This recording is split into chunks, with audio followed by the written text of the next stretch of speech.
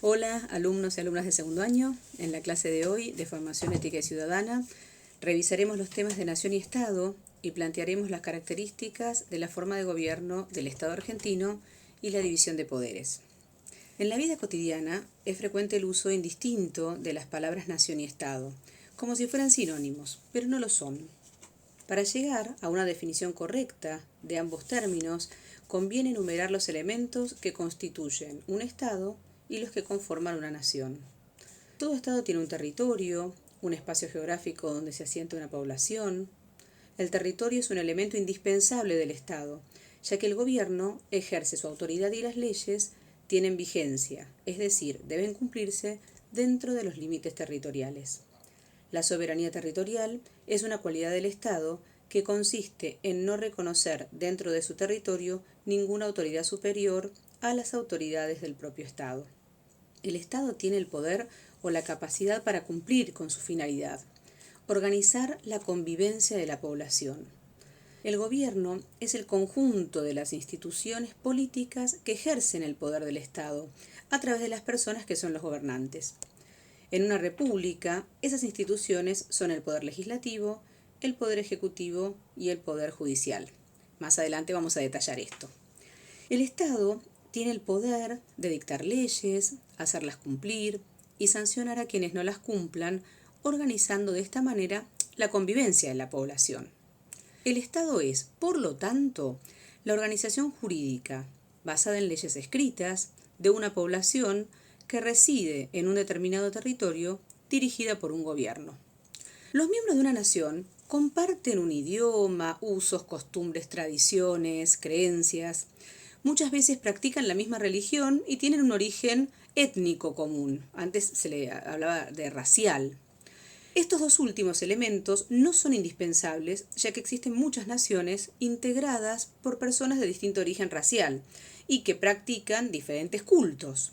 Un elemento importante para que pueda constituirse una nación es que sus miembros hayan tenido una historia común y convivan en el presente compartiendo una cultura cuyas ideas, creencias y valores desean ver perdurar en el futuro. El territorio no es un elemento indispensable para la nación, aunque contribuye a mantener las relaciones culturales.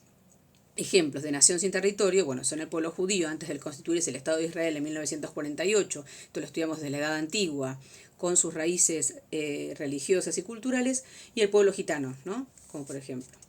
La nación es, por lo tanto, una unidad cultural, porque sus miembros comparten una misma cultura que se manifiesta tanto en las ideas, creencias y valores más importantes para esa comunidad, como en el idioma y los usos de su vida cotidiana. Nación y Estado son conceptos diferentes, cuyo significado ha sido precisado en los últimos años con los aportes de las ciencias jurídicas, políticas y sociales. No solo en el lenguaje cotidiano o en el material periodístico suelen emplearse los términos nación y Estado en forma inadecuada, sino que la propia Constitución Nacional debería denominarse Constitución del Estado argentino, porque es la ley suprema. Entonces, si es una ley, tiene que ver con la Constitución del Estado, no de la Nación. Sin embargo, es necesario aclarar que en la época en la que se sancionó la Constitución Nacional, hablamos del siglo XIX, la diferencia entre ambos conceptos no se había precisado. La nación y el Estado se refieren a organizaciones sociales diferentes que se relacionan de distinta manera. Es muy frecuente que la nación coincida con el Estado, es decir, que los miembros de una comunidad que comparten una misma cultura sean a la vez miembros de un mismo Estado y por lo tanto se asienten en un mismo territorio y cumplan con las mismas leyes. Por ejemplo, la República Argentina es un ejemplo de coincidencia entre nación y Estado. Podemos ver que se creó desde sus lazos coloniales que ya existía los criollos con un sentimiento en común y después, todo el proceso histórico desde la revolución, las luchas por la independencia, la declaración de la independencia en sí misma, hasta 1853 que constituye el Estado con la creación de la Constitución Nacional que crea y organiza el Estado argentino. ¿Sí?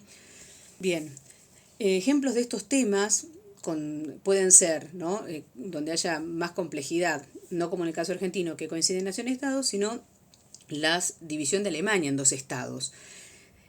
Fueron dos estados diferentes luego de la Segunda Guerra Mundial. Existieron la República Federal de Alemania, capitalista en la parte occidental, y la República Democrática de Alemania, comunista en el territorio oriental. Ambos compartían la misma nación alemana, el pueblo que los componían eran alemanes. Luego de la caída del muro de Berlín y por el derrumbe del polo comunista, volvió a ser un solo estado en octubre de 1990 la República Federal Alemana, unificada. Otro ejemplo de problemáticas sobre temas de nación-estado, fue el caso de Yugoslavia, que permanecieron unidos durante 73 años bajo el gobierno del mariscal Tito, siendo un grupo de pueblos de distinto origen étnico, religioso, cultural, lingüístico. Nunca lograron encauzar sus diversidades en una estructura política común, duradera y estable y equitativa. Es decir, nunca fueron un Estado nacional unido. Yugoslavia llegó a su fin luego de cruentas luchas en la década del 90 del siglo XX, que determinaron el desmembramiento del viejo Estado de Yugoslavia y el surgimiento de estados nuevos, con naciones propias. Eslovenia, por ejemplo, Croacia, Bosnia-Herzegovina, Serbia, Montenegro, Macedonia, hasta Kosovo, que se independizó, son los estados reconocidos en la región de los Balcanes y que antes hacían un gran estado que era Yugoslavia. Bien, pasemos a la forma de gobierno ahora del Estado argentino, que habíamos dicho que era un ejemplo de Estado nacional, ¿sí? Los estados pueden adoptar, ya un estado en sí mismo como sistema de gobierno, una república, ¿no? Por lo tanto, vamos a hablar de una república, como en nuestro país se llama la República Argentina. A lo largo de los primeros años de su vida independiente intentó organizar el Estado bajo un sistema republicano, pero debido a los enfrentamientos entre unitarios y federales, no lo logró hasta 1853 con la sanción de la Constitución Nacional, como habíamos dicho antes. El artículo primero de la Constitución Nacional dice: la nación argentina adopta para su gobierno la forma representativa, republicana, federal, según lo establece la presente Constitución. En la época de la sanción de la Constitución Nacional, en 1853, los términos nación y Estado se usaban de forma indistinta, como dijimos antes. El principio básico del sistema de gobierno republicano es que la soberanía, como origen del poder, reside en el pueblo. Por ello el pueblo tiene derecho a gobernarse por sí mismo. De este principio se derivan las restantes características del sistema republicano: elección de los representantes, periodicidad de las funciones de gobierno, es decir, que sean periódicas, que se elijan con un periodo determinado por la ley, división de poderes, que vamos a estudiar más adelante, responsabilidad de los mandatarios, que sean responsables de sus actos por lo que hacen a nivel público, y publicidad de los actos de gobierno. Los actos de gobierno no son secretos, como en una monarquía que el rey hace su voluntad, sino que son públicos, de conocimiento de todos. Esto hace que sea un sistema republicano, las características de una república. El pueblo elige a sus representantes, les entrega un mandato, les encarga gobernar en su nombre, por eso se los denomina también mandatarios. Mandatario es aquella persona a quien el mandante le ordena o le encarga realizar una cosa. Los representantes del pueblo ocupan su cargo y cumplen con sus funciones de gobierno durante un determinado periodo, que está establecido obviamente por la Constitución.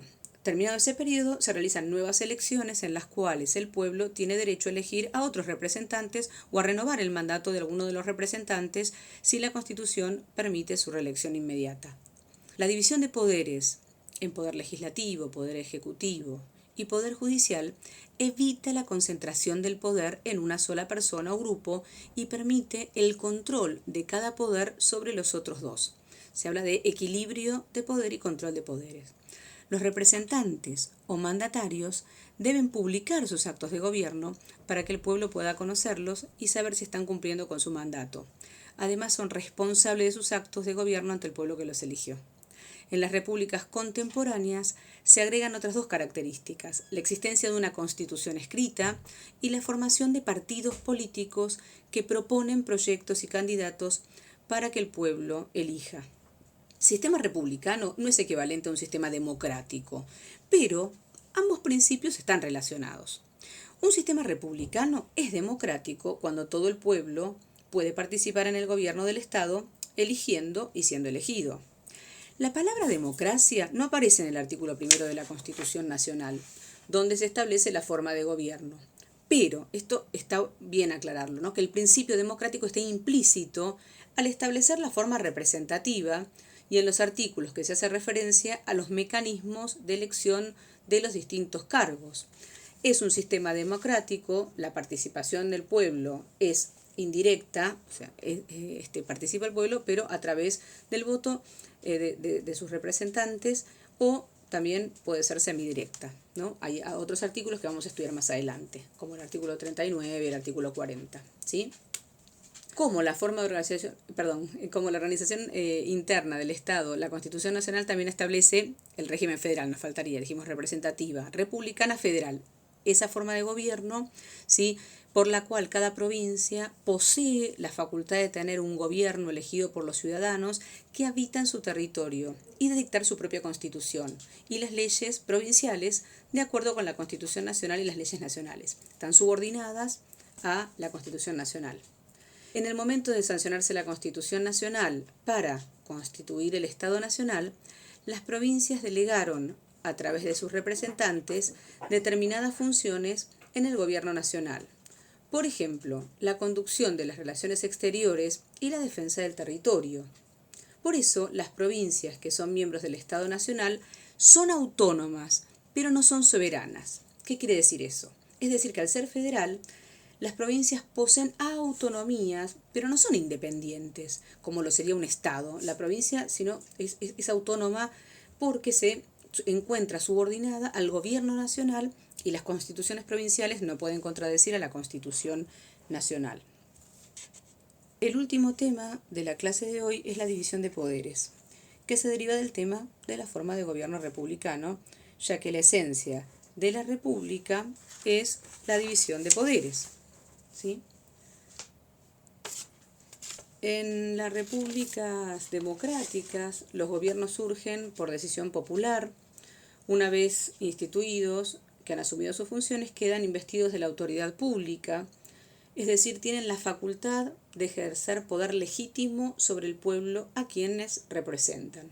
Los tres poderes de gobierno, el poder legislativo, el poder ejecutivo y poder judicial, regulan la convivencia de los miembros del Estado mediante la creación de leyes, el control de su cumplimiento y la sanción a aquellos individuos que las violan. La división de poderes es un recurso del gobierno republicano para proteger los derechos de los habitantes de los posibles abusos de las autoridades. Muchos estudiosos de los sistemas de gobiernos fundamentaron la necesidad de dividir los poderes de gobiernos, de manera tal que cada uno pudiera controlar a los restantes para garantizar las libertades y los derechos de la población. Si bien los poderes deben estar divididos, es necesario también que estén correlacionados, es decir, que se relacionen y complementen para que puedan cumplir con la función general del Estado, que es organizar la convivencia de sus miembros. A mí me gusta pensar siempre en un platillo como las balanzas de dos platillos, pero para hablar de división de poderes, hacer una balanza de tres platillos y están en perfecto equilibrio. A veces funciona más una, si estamos haciendo leyes tendrá más peso el poder legislativo, luego en la promulgación el poder ejecutivo, y así es un equilibrio constante como una balanza de tres platillos. La Constitución Nacional, a través de sus artículos del 44 al 129, se ocupa de la organización de los tres poderes de gobierno nacional. Establece así su composición y atribuciones. Vamos a empezar con el poder legislativo. El poder legislativo nacional es bicameral, está compuesto por la Cámara de Diputados y la Cámara de Senadores, que constituyen el Congreso. La Cámara de Senadores está integrada por número fijo de representantes. El número fijo de representantes son 3 senadores de cada provincia y 3 de la capital federal. La Cámara de Diputados, en cambio, está formada por un número variable de representantes que depende de la cantidad de habitantes que tenga cada provincia o territorio. Las cámaras se reúnen en sesiones ordinarias todos los años, desde el 1 de marzo hasta el 30 de noviembre. Luego entran en receso periodo de descanso, pero el presidente de la Nación puede prolongar las sesiones o convocar a sesiones extraordinarias durante el periodo de receso.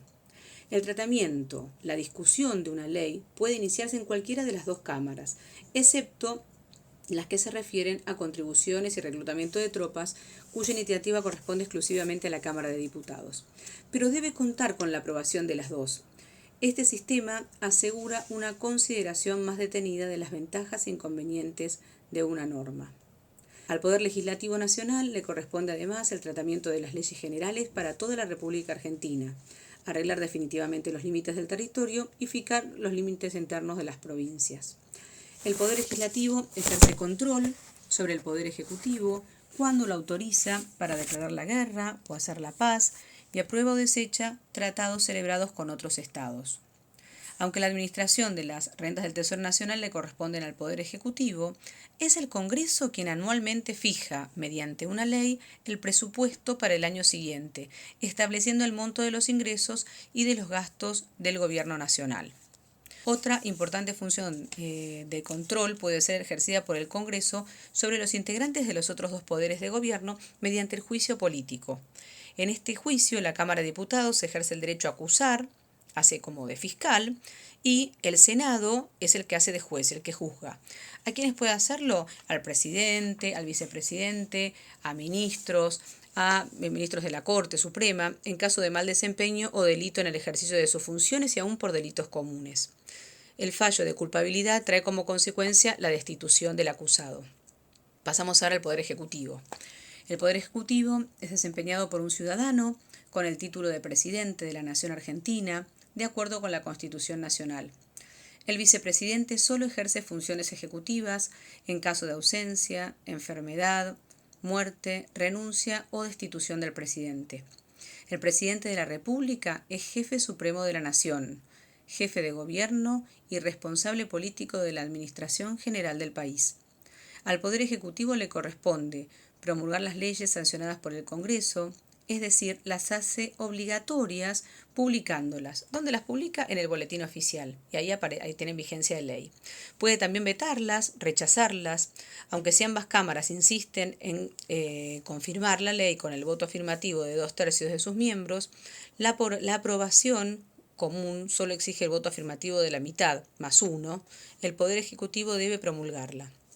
Además de promulgar las leyes, el Poder Ejecutivo las reglamenta, es decir, indica alguna particularidad de su aplicación, pero no puede modificar su contenido. El presidente también puede enviar proyectos de ley al Congreso. También puede indultar, eximir de cumplir una pena o conmutar, cambiar penas, previo informe al tribunal correspondiente. El presidente de la Nación nombra al jefe de gabinete de ministros y a los demás ministros, y puede también removerlos, destituirlos de su cargo. Los ministros no son elegidos por el pueblo, sino que los elige el presidente a su voluntad. Pasaríamos ahora al Poder Judicial. Se encarga de interpretar y aplicar las leyes, es decir, en cada caso examina los hechos y de acuerdo con lo que establecen las leyes, decide si se han cumplido o si se han violado, dictando un fallo y si corresponde, establece la sanción. El Poder Judicial Nacional está compuesto por la Corte Suprema de Justicia y tribunales de menor jerarquía, las cámaras federales de apelación y los jueces federales de primera instancia. La Constitución Nacional no establece un número fijo de la Corte Suprema. Se hace por una ley posterior, se hizo por una ley posterior de otros años, pero hablamos de que la Corte Suprema está integrada hoy por 5 jueces. Los miembros del Poder Judicial no son elegidos por el pueblo. El presidente de la Nación nombra a los magistrados de la Corte Suprema de acuerdo con el Senado. También nombra a los demás jueces de tribunales federales con acuerdo del Senado, pero debe basarse en una terna propuesta por el Consejo de la Magistratura. A la Corte Suprema le corresponde juzgar en forma inicial y exclusiva las causas en las que la provincia es parte del conflicto o en asuntos que se refieran a embajadores, cónsules o ministros extranjeros. Otros casos pueden llegar a ella por apelación, luego de ser juzgados por otros tribunales de inferior jerarquía. Los fallos de la Corte Suprema son inapelables. ¿Por qué son inapelables? Porque no existe un tribunal superior a la Corte Suprema. El Poder Judicial Nacional, hablábamos antes de cómo se controlan y cómo se equilibran los poderes. Bueno, el Poder Judicial Nacional controla los otros dos poderes de gobierno. Puede declarar nulos, o sea que no tienen valor legal, los actos administrativos del Poder Ejecutivo que ataquen derechos reconocidos por la Constitución Nacional y también puede declarar inconstitucionalidad de una ley dictada por el Poder Legislativo en el caso de considerar que viola algún principio o norma de la Constitución. La especificación de las atribuciones de cada poder que establece la Constitución Nacional es muy precisa y la relación entre los poderes muy compleja, pero a través de estas disposiciones constitucionales se procuró lograr un equilibrio de poderes que preserve y asegure los derechos de los gobernados, es decir, los derechos del pueblo tienen que estar cubiertos en este equilibrio y en este trabajo en conjunto. Bien. Van a tener también una guía para poder completar. Esta es un breve resumen de todos los temas. Pueden ampliarlos con el libro de texto de ustedes de segundo año, con información que puedan seguir averiguando, con lo que aparece en los artículos de la Constitución Nacional. Es una forma distinta de trabajar. La verdad es que les deseo que pasen esta etapa lo mejor posible con sus familias. Es un tiempo donde se necesita mucha fuerza para ustedes, para seguir trabajando. Seguimos trabajando desde casa, de una manera distinta, pero lo que les pido es que no pierdan el entusiasmo. Espero de todo corazón verlos pronto en el aula. Extraño dar clases frente a ustedes. Un abrazo grande de su profesora Roxana Pometti de Formación Ética y Ciudadana.